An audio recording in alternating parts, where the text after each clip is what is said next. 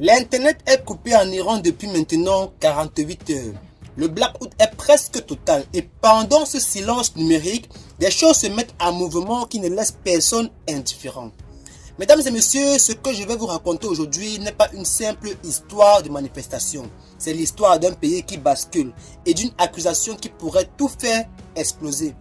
Le 9 janvier 2026, le ministre iranien des Affaires étrangères Abbas Arachid prononce des mots très lourds depuis Beyrouth.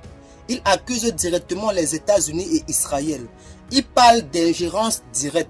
Il affirme même que des agents du Mossad marchent aux côtés des manifestants iraniens, physiquement dans les rues de Téhéran.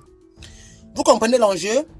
Avant tout, prenez une seconde maintenant pour aimer cette vidéo si vous pensez que ce qui se passe mérite d'être suivi de près. Parce que ce que je vais vous montrer, mesdames et messieurs, ce n'est pas dans les journaux télévisés classiques. Revenons au début, le 28 décembre 2025. Des manifestations éclatent dans plusieurs villes d'Iran. Au départ, la colère est sociale. Légitime même, l'économie iranienne est à bout de souffle. L'inflation grimpe à 42 puis 48%. Le rial iranien, la monnaie du pays, s'effondre complètement. Un dollar américain vaut maintenant 1,45 million de rials. Vous imaginez, les prix explosent. Le pouvoir d'achat disparaît. Les gens ne peuvent plus nourrir leur famille correctement. Et cette situation n'est pas arrivée par hasard. L'Iran sort tout juste d'une confrontation majeure avec Israël. Cette fameuse guerre de 12 jours de juin 2025. Du 13 au 24 juin 2025, Israël puis les États-Unis ont mené des opérations aériennes massives contre l'Iran. Des sites stratégiques ont été visés, des infrastructures détruites. Plus de 600 personnes ont perdu la vie côté iranien selon les bilans officiels.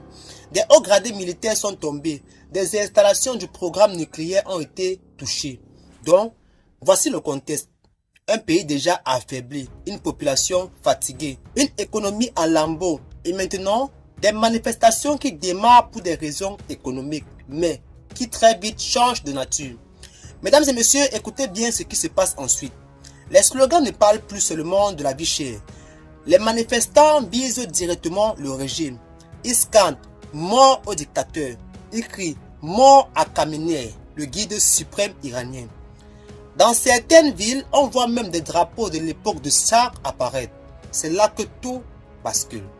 Le pouvoir iranien refuse catégoriquement de voir ces événements comme une simple explosion sociale. La ligne officielle est claire, martelée, assumée. Pour Téhéran, ce qui se passe n'est pas une contestation ordinaire. C'est une opération. Le Conseil suprême de sécurité nationale iranien parle de preuves, de vidéos, de réseaux d'argent infiltrés au cœur même des cortèges et pas en périphérie, au milieu de la foule.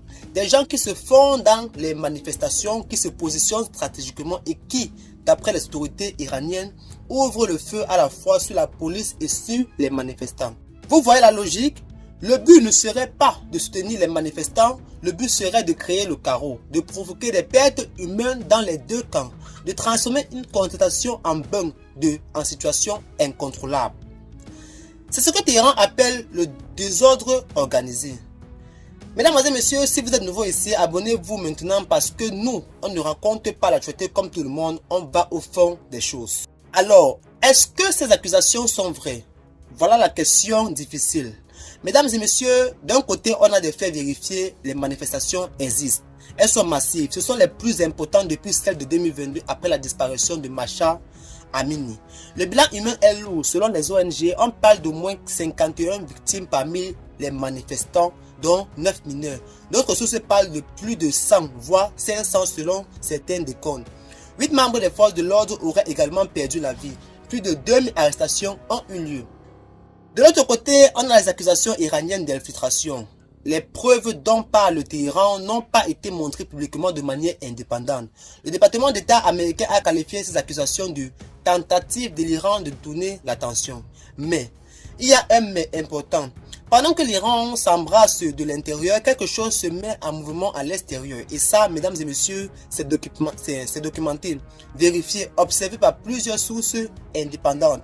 Dans les prochains jours de janvier 2026, une activité militaire inhabituelle est repérée autour du Moyen-Orient.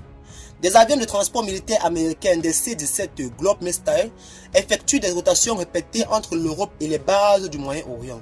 Un C-17, ce n'est pas un symbole, c'est un outil logistique lourd. C'est ce que l'on utilise pour déplacer des munitions, du matériel sensible, des équipements, parfois même des troupes spécialisées. En parallèle, des avions ravitailleurs KC-135 et KC-46 Pegasus opèrent au-dessus du golfe Persique. Un ravitailleur, ça n'a qu'une seule fonction, permettre à d'autres avions de rester en l'air le plus longtemps possible, de voler plus loin, de pouvoir mener des opérations prolongées. Rien n'est annoncé officiellement, mais les signaux sont là. Et en géopolitique, mesdames, mesdemoiselles et messieurs, les signaux comptent parfois plus que les déclarations. Face bien sûr à cette montée en pression, l'Iran passe en alerte renforcée. Une partie de l'espace aérien est fermée. La Russie évacue discrètement une partie de son personnel en Israël. L'Australie fait de même du côté iranien. On n'évacue pas les diplomates par routine, on le fait quand le risque devient réel. À ce moment précis, un basculement s'opère dans tous les esprits. L'hypothèse d'une opération directe, même limitée, même ciblée, réintègre les calculs de tous les acteurs concernés. Pas parce qu'elle est annoncée, mais parce que l'environnement y ressemble déjà fortement.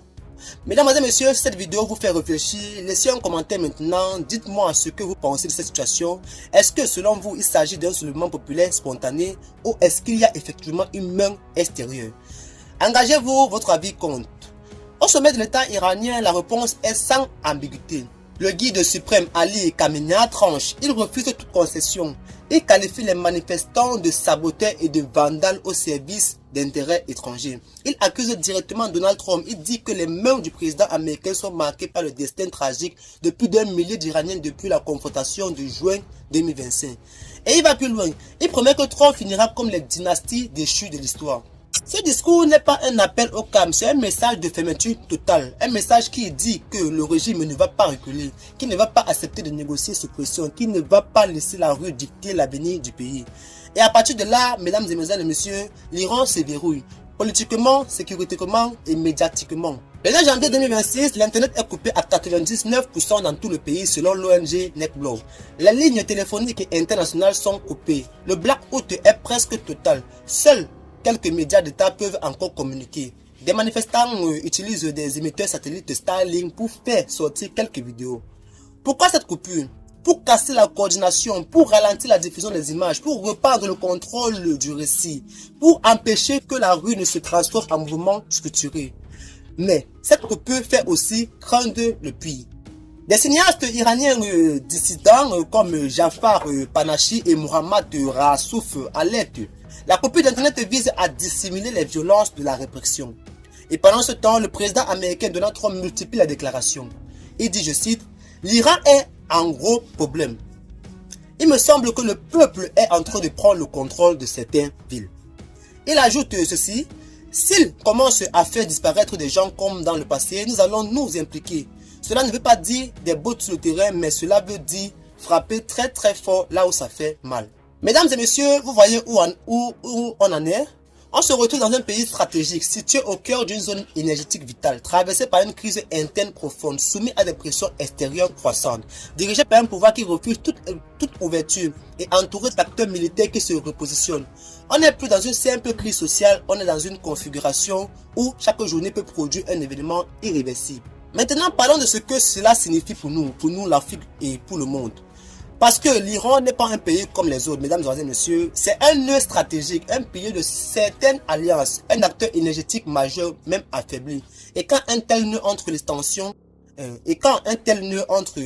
en tension extrême, ce sont jamais uniquement ses propres équilibres qui vacillent. La première conséquence directe concerne Israël. Un Iran verrouillé politiquement qui désigne ouvertement l'ennemi extérieur et qui affirme qu'il ne cédera sur aucune pression, c'est un Iran perçu comme plus imprévisible. Pour Israël, un régime en difficulté intérieure mais radicalisé est un scénario préoccupant. Parce qu'un pouvoir acculé est un pouvoir imprévisible.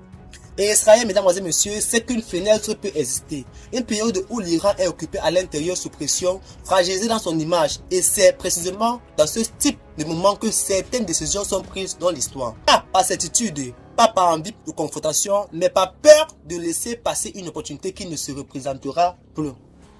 Mais Israël ne peut pas agir seul sans conséquences majeures. Et c'est là que les États-Unis entrent pleinement dans l'équation. Washington se retrouve pris dans une contradiction. D'un côté, un discours public qui soutient la contestation, qui menace de réagir, qui se présente comme défenseur du peuple iranien. De l'autre, une réalité stratégique beaucoup plus lourde. Toute action directe contre l'Iran ouvrirait un front régional massif avec des conséquences énergétiques, militaires et politiques mondiales. Les mouvements logistiques observés ne sont pas des annonces d'opérations imminentes, mais ils traduisent une posture, une disponibilité, une capacité à agir si nécessaire. Et cette posture suffit à alimenter la nervosité de tous les acteurs concernés.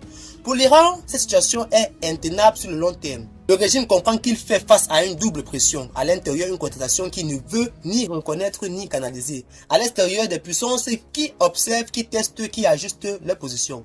C'est précisément dans ce type de configuration que les États cherchent des garanties, des lignes rouges, des boucliers. L'Iran va tout faire pour internationaliser le cours de toute action contre lui. Il va faire comprendre que le frapper ne serait pas un acte isolé, mais le déclencheur d'une réaction en chaîne. À ce stade, la dissuasion devient centrale. Pas une dissuasion abstraite, la dissuasion concrète. Celle qui modifie les équations adverses avant même qu'une opération ne soit lancée. Et ce moment, mesdames, messieurs, est extrêmement dangereux. Parce qu'il repose sur des perceptions. Les États-Unis doivent décider jusqu'où ils sont prêts à aller. Israël doit décider s'il vaut mieux agir ou attendre. L'Iran doit décider s'il tient par la force seul ou s'il élargit encore le champ de la confrontation. Et chaque décision est prise sous stress, sous incertitude, sous pression médiatique et politique. Dans ce type de séquence, l'histoire montre une chose constante. Ce ne sont toujours pas les intentions qui déclenchent les grandes confrontations. Ce sont parfois les engrenages, les malentendus, les démonstrations de force mal interprétées, les lignes rouges mal comprises. Un exercice devient une menace, une alerte devient une préparation, une déclaration devient un point de non-retour. Et c'est pour ça que la situation actuelle est si préoccupante. Tout est en place pour une montée incontrôlée. Un pays verrouillé, des adversaires méfiants, des mouvements militaires, des discours de rupture, des évacuations préventives, des populations sous tension. À ce stade, personne ne veut officiellement la confrontation, mais tout le monde se prépare à la possibilité qu'elle arrive. L'Iran est devenu un point de compression, un endroit où les pressions internes et externes se rencontrent, se renforcent et se nourrissent mutuellement. Et quand un point de compression s'est, il ne libère pas une crise locale, il libère une onde de choc, une onde qui frappe tout le monde dans sa zone. C'est exactement pour ça que ce qui se joue ici dépasse largement les frontières iraniennes. Parce que si cette séquence se transforme en affrontement ouvert, même limité, même indirect, les conséquences ne resteront pas confinées. Les conséquences vont toucher les routes énergétiques, les alliances militaires, les équilibres régionaux et l'architecture globale de la sécurité internationale. Mesdames et messieurs, une chose est claire à ce stade, l'Iran n'est plus simplement en crise, il est au centre d'un engrenage où chaque acteur avance avec la peur de perdre le contrôle et la crainte bien sûr de paraître faible. Et dans ce type de configuration, l'histoire n'avance jamais doucement. Que va-t-il se passer dans les prochains jours? Personne ne le sait avec certitude, mais plusieurs scénarios se dessinent. Le premier, bien sûr, c'est l'escalade de la répression. Le régime iranien écrase la contestation dans le silence du blackout numérique. Les pertes humaines s'alourdissent, le pouvoir tient, mais la colère s'accumule pour plus tard. Le deuxième scénario, c'est la négociation de dernière minute. Sous pression internationale, des discussions secrètes s'ouvrent. Un compromis est trouvé, les tensions redescendent temporairement, mais les causes profondes restent. Le troisième scénario, c'est l'intervention extérieure limitée, des opérations ciblées, des frappes précises, une action qui reste en dessous du seuil de la confrontation totale, mais qui change quand même la donne. Et le quatrième scénario le plus imprévisible, c'est l'accident, une erreur, une mauvaise interprétation, un événement qui déclenche une réaction en chaîne que personne ne peut plus contrôler. Lequel de ces scénarios va se réaliser, nous le saurons dans les jours qui viennent. Ce qui est sûr, c'est que les signaux sont trop nombreux pour être ignorés, les mouvements sont trop coordonnés pour être innocents et la tension est trop haute pour que rien ne se passe.